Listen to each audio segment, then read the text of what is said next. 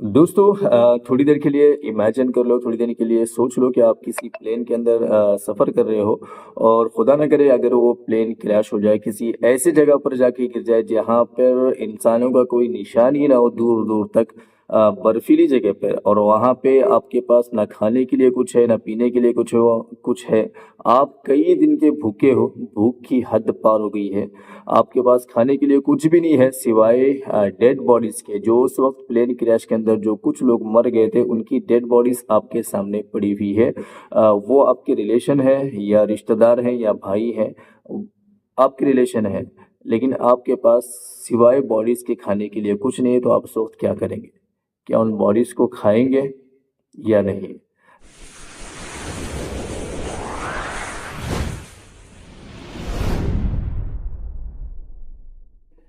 अस्सलाम वालेकुम दोस्तों, मैं एक वीडियो देख रहा था ध्रुव राठी भाई का।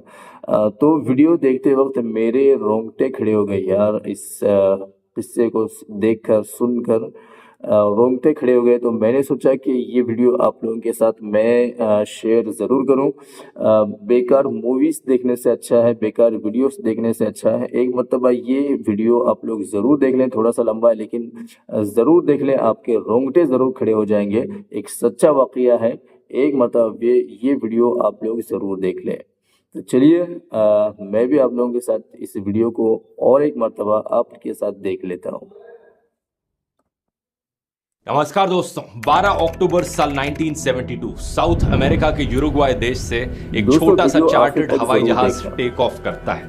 यह हवाई जहाज जा रहा है चिली देश की राजधानी सांटियागो में और इसमें बैठे हैं कुछ हट्टे कट्टे रग्बी टीम के प्लेयर्स। टोटल में 45 पैसेंजर्स हैं, तो इन प्लेयर्स के कुछ फैमिली और फ्रेंड्स भी साथ में आए हुए हैं। ये उड़ान कोई ज्यादा लंबी नहीं होनी थी। आमतौर पर यूरुग्वाय से सांटियागो जाने में सिर्फ 3 घंटे का ही समय लगता है, लेकिन रास्ते में बीच में आती हैं विशाल एंडीज की पहाड़ियां। साउथ अमेरिका में मौजूद एंडीज माउंटेन रेंज दुनिया की लॉन्गेस्ट माउंटेन रेंज है और हिमालय की पहाड़ियों के बाद सबसे ऊंची पहाड़ियां भी यही पाई जाती हैं। यही सुंदर पहाड़ियां हमारी कहानी में इन पैसेंजर्स के लिए एक भयानक मुसीबत बनकर खड़ी हो जाती हैं। 12 अक्टूबर के उस दिन पहाड़ियों में तूफान आता है, जिसकी वजह से प्लेन आगे नहीं जा पाता। पायलट्स डिसाइड करते हैं कि वो रास्ते में ही रुक जाएंगे और अगले दिन दोबारा से उड़ने की कोशिश करेंगे। अर्जेंटीना के मेंडोजा शहर में प्लेन को रात के लिए लैंड करा दिया जाता है। अगला दिन 13 अक्टूबर ये विमान दोबारा से टेक ऑफ करता है दोपहर के 2:18 पर। पायलट्स ने देखा था कि मौसम साफ हो गया है, तो अगले 1 घंटे तक सफर काफी सुहाना रहता है। 3:21 पायलट्स प्लेन को डिसेंड कराने लगते हैं। ये प्लेन सांटियागो के काफी करीब पहुंच रहा था, लेकिन अभी भी पहाड़ियों में ही था, क्योंकि इस शहर के बगल में बहुत ऊंची ऊंची पहाड़ियां हैं। नीचे उतरते समय अचानक से भयानक टर्बुलेंस देखने को मिलती है। प्लेन बहुत तेजी से ऊपर नीचे हिलने लगता है। इसी समय आसपास बहुत सारे बादल आ जाते हैं। चारों तरफ बादल ही बादल, कुछ दिखाई नहीं देता। अचानक से प्लेन में अलार्म्स बजने लगते हैं और वार्निंग लाइट्स भी चमकने लगती हैं। किसी को समझ में नहीं आता हो क्या रहा है। पैसेंजर सीट्स में बैठे कुछ रग्बी प्लेयर्स बड़े निडर हैं, वो मजाक बनाते हैं इस टर्बुलेंस का। इन्हीं जोक्स के बीच एक पैसेंजर खिड़की के बाहर देखता है तो उसे दिखता है कि बादल धीरे धीरे हटने लग रहे हैं, लेकिन फिर दिखता है कि पहाड़ी बहुत नजदीक है। जैसे ही हवाई जहाज बादलों से बाहर निकलता है, पायलट्स रियलाइज करते हैं कि उनके सामने बहुत करीब एक बहुत बड़ी चट्टान है। इमीडिएटली पैनिक में आकर वो प्लेन को ऊपर की तरफ मोड़ने की कोशिश करते हैं। एयरक्राफ्ट का ग्राउंड कोलिजन अलार्म बड़ी तेजी से बज रहा है। पायलट्स मैक्सिमम पावर लगा देते हैं ऑल्टीट्यूड गेन करने के लिए, उस पहाड़ी के ऊपर से बचकर निकलने के लिए, लेकिन अफसोस अब तक बहुत लेट हो चुका था। हवाई जहाज का पीछे का हिस्सा पहाड़ी से टकरा जाता है ऊपर जाते वक्त। प्लेन का जो पूरा रियर पोर्शन था वो अलग हो जाता है। पीछे की जो 2 सीटों की रो थी वो प्लेन से लिटरली हवा में बाहर उड़ जाती है। 3 पैसेंजर्स इसके साथ उड़कर हवा में गायब हो गए। कुछ और सेकंड तक ये प्लेन ऊपर जाते रहता है और फिर अचानक से ये नीचे गिरने लगता है। कुछ ही सेकंड बाद एक और कोलिजन, प्लेन का लेफ्ट विंग भी टूट जाता है। कुछ और पैसेंजर्स प्लेन से बाहर उड़कर नीचे गिर जाते हैं और अब प्लेन का सिर्फ फ्रंट पोर्शन बचा था जो सीधा जाकर एक ग्लेशियर में गिरता है। 350 किलोमीटर प्रति घंटे की स्पीड से ये इस ग्लेशियर पे स्लाइड करता रहता है और 700 मीटर नीचे आकर फाइनली एक लास्ट टकराव होता है। प्लेन में सब कुछ तहस नहस हो गया। जो पैसेंजर सीटें थी वो प्लेन के बेस से फटकर बाहर आ जाती हैं। प्लेन का कॉकपिट पूरी तरीके से क्रश हो जाता है और 2 पायलट्स इमीडिएटली मारे जाते हैं। यह हवाई जहाज अब एंडीज की किसी अनजान पहाड़ी पे 3570 मीटर की हाइट पर टूटा हुआ पड़ा है। हैरानी की बात यह है कि प्लेन में बैठे 45 लोगों में से 33 लोग अभी भी जिंदा हैं। ये इस क्रैश को सरवाइव कर गए हैं किसी तरीके से। बस प्रॉब्लम यह है कि इनमें से कई लोग जख्मी हैं और कोई नहीं जानता कि ये कहां पर अटके खड़े हैं। पता चलता है कि ये प्लेन अपने प्लान्ड रूट से 80 किलोमीटर भटक चुका था और ये सर्वाइवल की दर्दनाक कहानी तो बस अभी शुरू हुई है दोस्तों। ना तो वो लोग उस वक्त इमेजिन कर सकते थे, ना ही आप लोग इस वक्त इमेजिन कर सकते हो कि इन सर्वाइवर्स के साथ आगे हुआ क्या। यह है दिल दहला देने वाली कहानी यूरुग्वायन एयरफोर्स फ्लाइट 571 की। आइए जानते हैं आज के इस वीडियो में दोस्तों। An old transport plane crashed in the Andes Mountains. 45 persons were aboard, given up for dead. Survival fascinates people. All of the passengers were given up for dead. It became known as the Miracle of the Andes. इस crash के एकदम बाद 2 survivors ऐसे थे जिन्हें ज्यादा चोट नहीं पहुंची थी। पहले 19 साल के रॉबर्टो कैनेसा और दूसरे 20 साल के गुस्तावो ज़ेर्बिनो। ये दोनों लड़के मेडिकल स्टूडेंट्स भी थे, तो तुरंत ये काम पर लग जाते हैं ये देखने के लिए कि कौन कौन जिंदा बचा है और कैसे घायल लोगों की मदद करी जा सकती है। ये देखते हैं कि कई पैसेंजर्स ऐसे हैं जिन्हें बहुत सिवियर इंजरीज हो रखी हैं। इनमें से एक पैसेंजर है 23 साल का फर्नांडो पराडो, जो स्कल फ्रैक्चर की वजह से अब कोमा में है। जितना इनसे हो सकता था ये 2 मेडिकल स्टूडेंट्स कोशिश करते हैं बचे हुए सर्वाइवर्स की मदद करने की।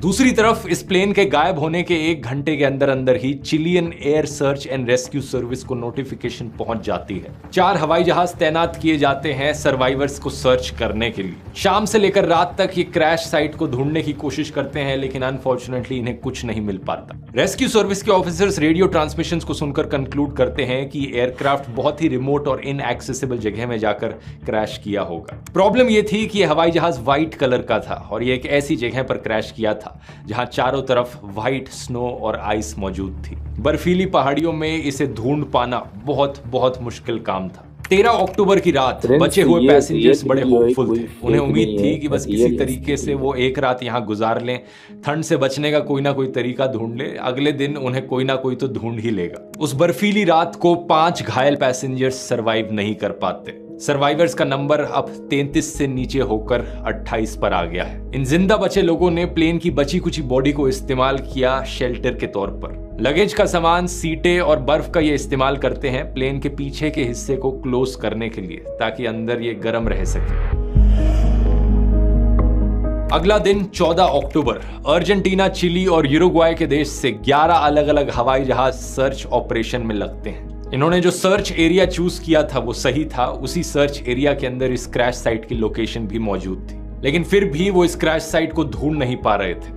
सर्वाइवर्स ट्राई करते हैं कि वो लिपस्टिक का इस्तेमाल करें प्लेन की छत पर SOS लिखने के लिए। वो S लिखना शुरू करते हैं, लेकिन जल्द ही रियलाइज कर लेते हैं कि उनके पास इतनी लिपस्टिक नहीं है कि वो सारे लेटर्स लिख पाए। फिर वो कोशिश करते हैं कि बर्फ में सूटकेसेस का इस्तेमाल करके एक बड़ा सा क्रॉस बना दिया जाए, ताकि सर्च एयरक्राफ्ट जो ऊपर घूम रहे हैं वो उन्हें देख लेंगे। लेकिन जल्द ही ये रियलाइज कर लेते हैं कि ये काम नहीं कर रहा है। उस दिन इन्हें 1 नहीं, 2 नहीं, बल्कि 3 हवाई जहाज अपने ऊपर से उड़ते हुए दिखते हैं। ये चिल्लाकर, हाथ फेर कर अपनी पूरी कोशिश करते हैं कि वो हवाई जहाज इन्हें नोटिस कर लें, लेकिन वो कर नहीं पाते। एक और दिन इसी कोशिश में गुजर जाता है।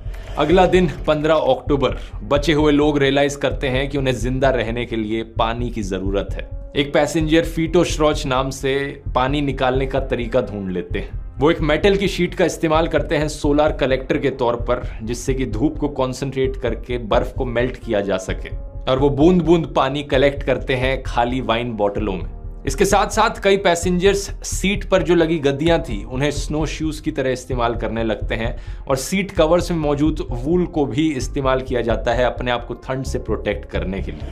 अगला दिन 16 अक्टूबर, क्रैश के 3 दिन बाद फर्नांडो पराडो जाग उठते हैं अपने कोमा से। जैसे ही उन्हें होश आता है उन्हें दिखता है कि उनकी मां क्रैश में मारी जा चुकी है और उनकी 19 साल की बहन बहुत सिवियरली इंजर्ड है। पराडो अपनी बहन को जिंदा रखने की पूरी कोशिश करते हैं, उनके लिए खाना पानी लेकर आते हैं, लेकिन दिन प्रतिदिन जैसे बीतता गया, क्रैश के 8 दिन बाद उनकी बहन भी गुजर जाती हैं अपनी इंजरीज के चलते। ऐसे हादसे हमें याद दिलाते हैं कि जिंदगी कितनी अनिश्चित है, कितनी अनप्रेडिक्टेबल है।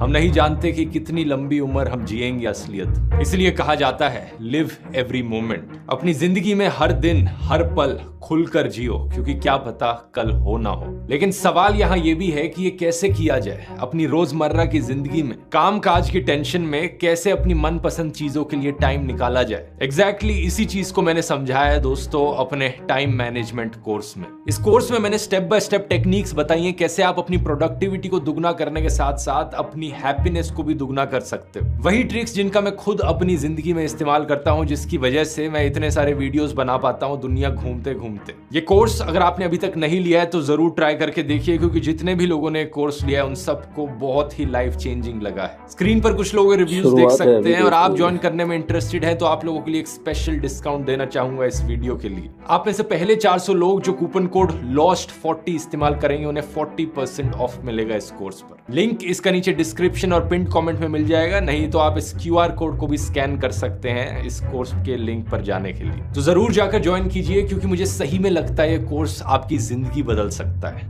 बस एक चीज का ध्यान रखना है, पूरा कोर्स इंग्लिश लैंग्वेज में। अब टॉपिक पर वापस आते हैं। इनमें से ज्यादातर पैसेंजर्स ऐसे लोग थे जो समुद्र के किनारे रहते थे। इससे पहले इन्होंने कभी बर्फ भी नहीं देखी थी और अब अचानक से -30 डिग्री सेल्सियस की ठंड में इतने हाई ऑल्टीट्यूड पर बिना प्रॉपर खाना और पानी के ये यहाँ किसी तरीके से सरवाइव कर रहे थे। इन बुरी परिस्थितियों में एक और भी प्रॉब्लम थी, स्नो ब्लाइंडनेस की। जब सूरज की अल्ट्रावायलेट रेस पहाड़ियों पर मौजूद बर्फ और स्नो में रिफ्लेक्ट करती हैं तो उससे आपकी आंखें भी डैमेज हो सकती हैं। इसे स्नो ब्लाइंडनेस कहा जाता है। इन सर्वाइवर्स के पास टोटल में सिर्फ 3 पेयर्स थे सनग्लासेस के। 21 अक्टूबर, क्रैश के 8 दिन बाद सर्च एंड रेस्क्यू टीम्स अपने हाथ खड़े कर देती हैं। उन्हें लगता है कि 8 दिन में किसी सर्वाइवर का कुछ अता पता नहीं मिला तो कोई फायदा नहीं अब इस सर्च ऑपरेशन को कंटिन्यू रखने का। बहुत कम चांस है कि इतने दिनों बाद कोई वैसे भी जिंदा बचा होगा। तो 142 आवर्स ऑफ सर्च ऑपरेशन के बाद ऑफिशियली इस सर्च ऑपरेशन को बंद कर दिया जाता है। इसी बीच सर्वाइवर्स को एक ट्रांजिस्टर रेडियो पड़ा हुआ मिलता है हवाई जहाज की सीटों के बीच में। एक survivor rugby player Roy Harley electronics के इंथुजियास्ट भी थे, तो वो उस रेडियो को ऑन करने की कोशिश करते हैं। एक बड़ा लंबा सा एंटीना इम्प्रोवाइज करके बनाते हैं और इनके एफर्ट्स की वजह से फाइनली ये रेडियो काम करने लगता है। इस रेडियो से सिर्फ 1 वे कम्युनिकेशन हो सकता था। बाहर की चीजें ये सर्वाइवर्स सुन सकते थे, लेकिन खुद से कोई मैसेज बाहर नहीं पहुंचा सकते थे। ये रेडियो ऑन करते हैं क्रैश के 11 दिन के बाद और तब इन्हें पता चलता है कि सर्च ऑपरेशन कैंसिल किया जा चुका है।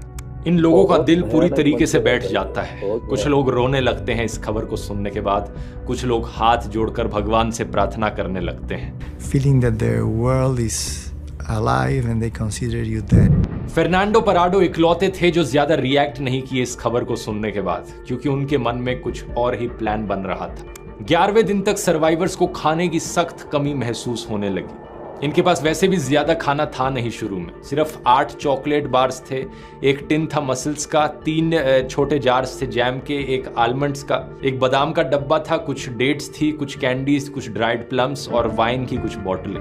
क्रैश के कुछ दिन बाद ही इन्होंने इस सारे खाने को राशन करना शुरू कर दिया था। हर दिन बहुत थोड़ा थोड़ा खाते थे। पराडो ने तो एक चॉकलेट कवर्ड मूंगफली को 3 दिन तक खाया, सिर्फ एक मूंगफली के दाने को। लेकिन इस हद तक राशनिंग करना भी काफी नहीं था, क्योंकि खाना अब बिल्कुल खत्म होने लगा था। 3800 मीटर की हाइट पर यहाँ कोई पेड़ पौधे नहीं थे, ना ही कोई जानवर थे जिन्हें मारकर खाया जा सके। 11वें दिन तक खाना पूरी तरीके से खत्म था और कुछ लोगों ने प्लेन्स के कुछ पार्ट्स को खाने की कोशिश करी, जैसे कि सीटों के अंदर लगे कॉटन को और सीटों पर लगे लेदर को खाने की कोशिश करी। लेकिन इससे वो और बीमार ही पड़ गए। ऐसी सिचुएशन में जब भूखे मरने के अलावा और कोई ऑप्शन बचा नहीं था, तो इन सर्वाइवर्स ने कुछ ऐसा किया जिसे सुनकर आपके होश उड़ जाएंगे। इन्होंने डिसाइड किया कि जिंदा रहने के लिए अपने दोस्तों और परिवार के सदस्यों की मुर्दा बॉडीज को खाने के अलावा और कोई रास्ता नहीं है। ये फैसला लेना बिल्कुल भी आसान नहीं था, क्योंकि ज्यादातर लोग जो मारे गए थे इस क्रैश में वो दोस्त थे, क्लासमेट्स थे, फैमिली मेंबर्स थे या रिलेटिव्स थे। We have to eat, and the only proteins are the dead bodies of the people that were in this plane. ये आइडिया पहले कनेसा को आया तो उसी ने ही पहले ट्राई किया ये सब करने की। कुछ लोगों ने खाने की कोशिश करी, लेकिन उनसे बिल्कुल हजम नहीं हुआ। उन्होंने उस वक्त मना कर दिया, लेकिन 2 दिन जब और गुजरे, जब और कोई ऑप्शन ही नहीं दिखा, तो फाइनली उन्होंने भी इंसानों के मीट को अपना खाना बनाया। 29 अक्टूबर क्रैश के 16 दिन बाद सर्वाइवर्स के लिए ये फूड सोर्स भी बड़ी तेजी से घटते जा रहा था। इनके पास आगे कोई प्लान ऑफ एक्शन नहीं था। कोई नहीं जानता था कि आगे क्या किया जाए। हालात इससे बदतर हो नहीं सकते थे, लेकिन फिर उस रात एक बहुत बड़ी गरजती हुई आवाज उन्हें सुनाई देती है। पता चलता है कि अचानक से एक एवलांच आ गया है। भारी बर्फ पहाड़ी के ऊपर से इतनी तेजी से गिरती है कि इस प्लेन के टुकड़े में पूरी तरीके से बर्फ भर जाती है।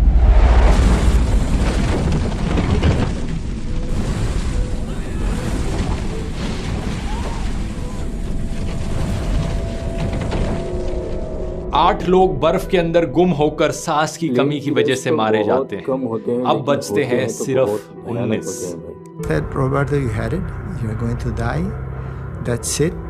A very nice sensation of heat between my legs because I was peeing on myself and saying that's it. ये बचे हुए 19 लोग भी बर्फ के अंदर एक छोटी सी स्पेस में दबे हुए हैं। पराडो एक मेटल पोल का इस्तेमाल करते हैं बर्फ के अंदर एक होल बनाने के लिए, जिससे कि कुछ वेंटिलेशन आ पाती है। 2 दिन तक मेहनत करने के बाद खोद कर ये एक टनल बनाते हैं उस बर्फ के अंदर से, और बड़ी मुश्किल से सरफेस पर बाहर निकल पाते हैं। बाहर निकलते ही अचानक से इन्हें दिखता है कि बर्फ का तूफान आ रहा है, और जिंदा रहने के लिए वापस उस बर्फ की गुफा में जाकर ही बैठना समझदारी होगी। अगले 3 दिन तक बचे हुए सर्वाइवर्स किसी तरीके से क्रैम्प्ड स्पेस में फंस कर बैठे रहते हैं। 3 दिन बाद ये वापस सरफेस पर जाते हैं जब मौसम साफ होता है, और बाहर निकलकर ये बचे कुछ लोग रियलाइज करते हैं कि इन्हें कोई बचाने आने वाला नहीं है। अगर इन्हें यहाँ पर जिंदा रहना है तो इन्हें एफर्ट खुद से करना पड़ेगा। यहाँ क्रैश साइट पर बैठे रहकर मदद की उम्मीद करने का कोई फायदा नहीं है। मरना ही है तो आखिरी दम तक कोशिश करके मरे। कनेसा, पराडो और विजिंटिन सबसे स्ट्रॉन्गेस्ट सर्वाइवर्स में से थे, तो सब लोग मिलकर डिसाइड करते हैं कि इन तीनों को थोड़ा ज्यादा खाने का राशन दिया जाए और सबसे गर्म कपड़े इन्हें दिए जाएं, क्योंकि ये लोग कोशिश करेंगे बाहर निकलकर पैदल चल के मदद ढूंढने की। सबसे पहला काम था लोकेशन का अंदाजा लगाना। क्रैश होने से पहले को पायलट ने एक स्टेटमेंट दी थी कि इनके हवाई जहाज ने कुरिको शहर को पास कर दिया है। तो इन लोगों ने अंदाजा लगाया कि अगर हम वेस्ट साइड में कुछ किलोमीटर दूर चलेंगे तो हम जरूर चिली देश के कुछ कंट्री साइड के एरिया में पहुंच जाएंगे। लेकिन ये अंदाजा इनका बहुत गलत था। को पायलट को असल में खुद भी आइडिया नहीं था कि प्लेन वो कहां पर ले जा रहा है। असलियत में इनकी क्रैश साइट 89 किलोमीटर्स ईस्ट में थी, एंडीज पहाड़ियों के बीचों बीच। फिर भी इस बात से अनजान ये कुछ टाइम रेस्ट करते हैं एनर्जी बिल्डअप करने के लिए, और 15 नवंबर को 33 दिन क्रैश के बाद ये 3 लोग निकल पड़ते हैं मदद ढूंढने के लिए। घंटों तक ईस्ट की दिशा में चलने के बाद इन्हें अपने ही हवाई जहाज का पीछे का टुकड़ा गिरा हुआ मिलता है। ये वही हिस्सा था प्लेन का जो पहले ही टूट गया था।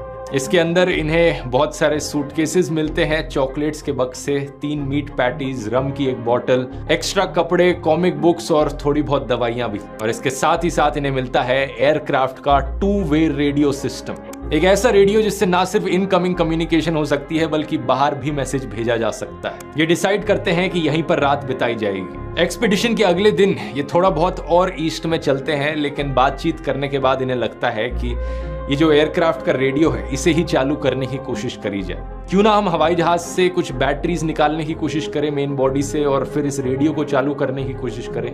फिर हम बाहर अपनी SOS कॉल भेज सकते हैं। टेल के हिस्से में ही इन्हें 24 किलो की बैटरीज भी मिली, लेकिन ये बहुत ही भारी थी। इन्हें वापस से कैरी करके प्लेन की मेन बॉडी क्रैश साइट तक ले जाया नहीं जा सकता था।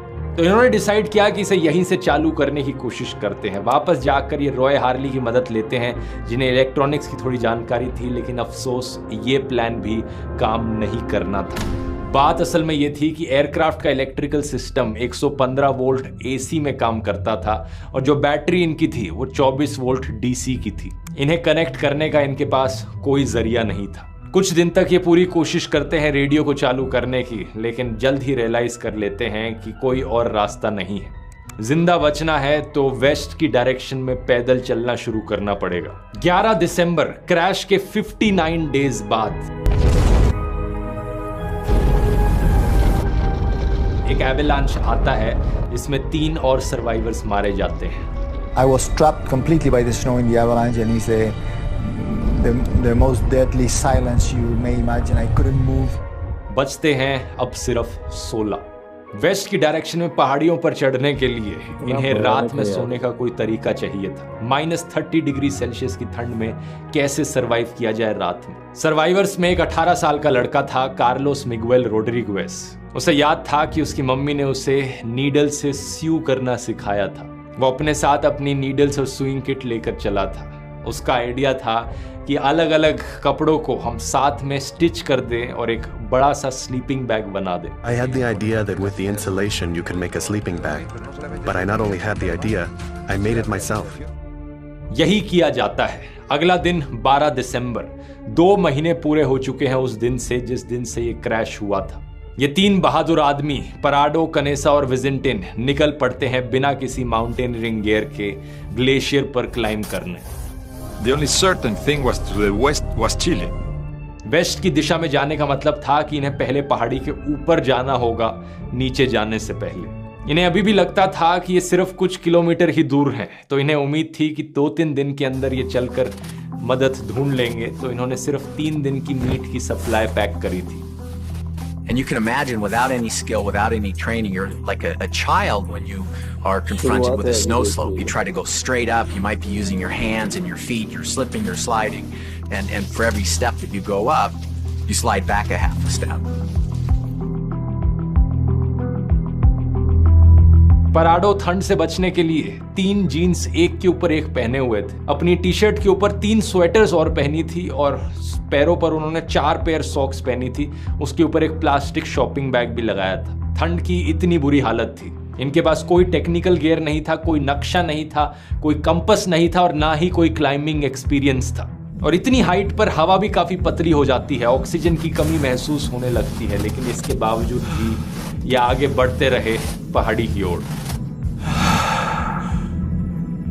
इन्होंने स्टिच करके जो अपना स्लीपिंग बैग बनाया था वो रात में काम आता है। दिन में ये धीरे धीरे कदम बढ़ाते हुए आगे बढ़ते रहे। ये तीनों उस एक स्लीपिंग बैग में एक दूसरे से जितना करीब रह सकें उतना करीब रहकर सोते थे और सूरज के निकलते ही ये चलना शुरू कर देते। धीरे धीरे कदम से कदम मिलाकर ये आगे बढ़ते रहे। दूसरा दिन आया, तीसरा दिन आया और चौथे दिन की सुबह इन्हें रियलाइज होता है कि इनकी एस्टिमेशन कितनी गलत थी। आगे इन्हें दिखता है कि ये रास्ता तो खत्म ही नहीं होता। खाने की कमी की वजह से विजिंटिन डिसाइड करता है कि वो वापस मुड़कर क्रैश साइट पर चला जाएगा और बचे हुए 2 लोग ही आगे बढ़ेंगे ताकि खाने की कम जरूरत पड़े। 15 दिसंबर विजिंटिन अपना रास्ता वापस ले लेता है, जो कि बहुत ही आसान रास्ता होता है क्योंकि ये सारा डाउनहिल था। वो एयरक्राफ्ट की सीट को एक स्ले की तरह इस्तेमाल करता है और 1 घंटे के अंदर वो क्रैश साइट पर वापस पहुंच जाता है। इस पहाड़ी को चढ़ने में इन्हें 3 दिन लगे थे और सिर्फ 1 घंटे में वापस क्रैश साइट पर पहुंच गया। पराडो और कनेसा आगे बढ़ते रहते हैं, पहाड़ी चढ़ते रहते हैं। 3 घंटे बाद ये पहाड़ी की पीक पर पहुंचते और इन्हें दिखता है कि चारों तरफ सिर्फ बाकी दूर दूर तक पहाड़ियां ही पहाड़ियां हैं। आसपास बर्फीली पहाड़ियों के अलावा कुछ नहीं है। I couldn't breathe. I couldn't speak. I couldn't even think because what we saw was horrible. Instead of green valleys, we saw mountains and snow-covered peaks 360 degrees around us, to the horizon all around us. पराडो बड़ी मुश्किल से कोशिश करते हैं ढूंढने की कि कुछ तो और दिखाई दे। फिर दूर वेस्टर्न होराइजन में इन्हें दिखता है कि 2 पहाड़ियों की चोटी है जहां पर बर्फ नहीं है। ये अंदाजा लगाते हैं कि हमें उसी डायरेक्शन में ट्रैवल करते रहना चाहिए, हार नहीं माननी। पराडो और कनेसा कई दिन तक हाइकिंग करते रहते हैं। फाइनली ये एक वैली में पहुंचते हैं, एक ऐसी वैली जहां पर इन्हें नदी बहती हुई दिखाई देती है। ऐसी सिचुएशन में नदी तक पहुंचना एक बहुत बड़ी राहत की चीज थी, क्योंकि नदी की डायरेक्शन में ट्रैवल करते करते डाउनहिल रास्ता मिलना आसान था। ये चलते रहते हैं और फाइनली 9 दिन तक ट्रैकिंग करने के बाद 20 दिसंबर को इन्हें इंसानों की कुछ प्रेजेंस दिखाई देती है। खेतों में कुछ गाय दिखाई देती है। ये इतना थक गए थे इस पॉइंट ऑफ टाइम पर कि इनसे आगे अब बिल्कुल नहीं चला जा रहा था। और तभी नदी के दूसरे किनारे And Roberto said, "Look, Nando, a man on a horse." घोड़े पर बैठे 3 लोग दिखाई देते हैं। पराडो चिल्लाने की कोशिश करते हैं, लेकिन नदी का शोर इतना ज्यादा है कि उन तक आवाज पहुंच नहीं रही है। लेकिन बाय चांस उनमें से एक इंसान पराडो और कनेसा को देख लेता है और उनकी तरफ देखकर वापस चिल्लाता है, टुमारो। वो ये कहता है कि मैं कल दोबारा आऊंगा। अगले दिन वो आदमी घोड़े पर बैठकर दोबारा आता है और इस बार अपने साथ कुछ पेपर और पेंसिल लेकर आता है। वो इस पेपर को पत्थर और पेंसिल के साथ अटैच करता है एक धागे के जरिए और नदी के दूसरे किनारे की ओर फेंकता है। पराडो को पहली बार मौका मिलता है अपना संदेश बाकी दुनिया तक पहुंचाने का। पराडो इस पेपर पर लिखते हैं स्पेनिश भाषा में, I come from a plane that fell in the mountains.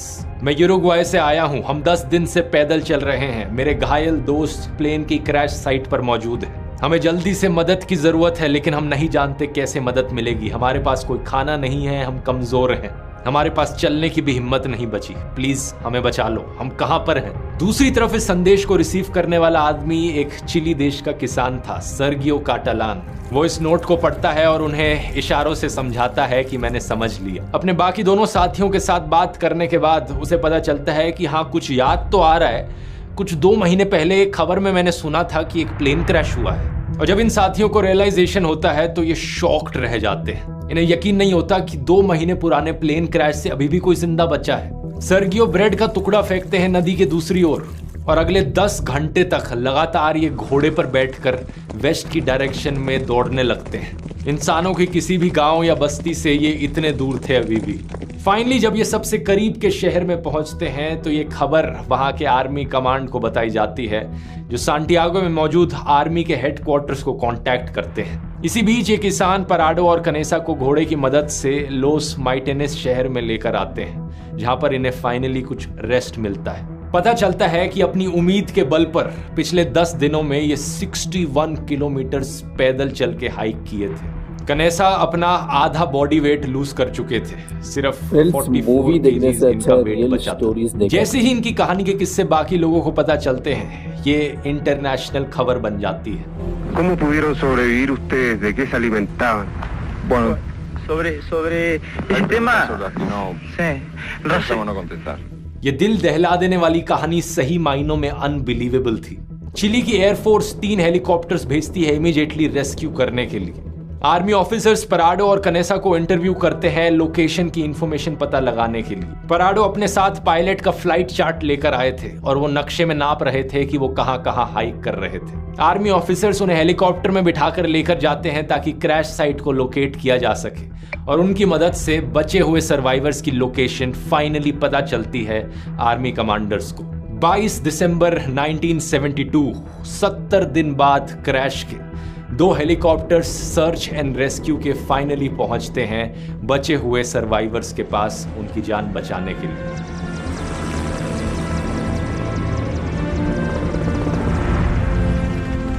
Total में 16 सर्वाइवर्स यहां रेस्क्यू किए जाते हैं। बहुत बुरी हालत थी इन सर्वाइवर्स की, ऑल्टीट्यूड सिकनेस, डिहाइड्रेशन, टूटी हुई हड्डियां, मैल न्यूट्रिशन, लेकिन सब के सब रिकवर कर जाते हैं। ये कहानी दुनिया के सामने लेसन है उम्मीद को लेकर। अगर आपने ठान ली कुछ कर दिखाने की और आपके अंदर सब्र है और इंसानियत है तो क्या कुछ करना नहीं पॉसिबल है। आप चाहें तो ऐसी चीजें अचीव कर सकते हैं जो आप कभी सपनों में भी नहीं सोच सकते। वो कहते हैं ना, where there's a will there's a way. इसलिए इस डिजास्टर को एक और नाम भी दिया जाता है, the miracle of the Andes. Video पसंद आया तो मैंने कई और वीडियोस बनाए हैं ऐसे ही प्लेन क्रैशेस की कहानियों पर, जैसे कि ये वाला जो इंडिया का सबसे भयानक प्लेन क्रैश था। यहां क्लिक करके देख सकते हैं। बहुत बहुत धन्यवाद।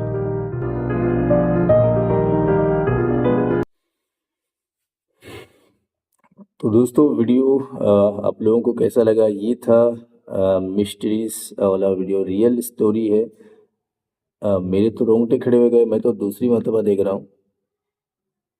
लेकिन आप लोगों को कैसा लगा ये वीडियो कमेंट के ज़रिए से हमें ज़रूर बताएं।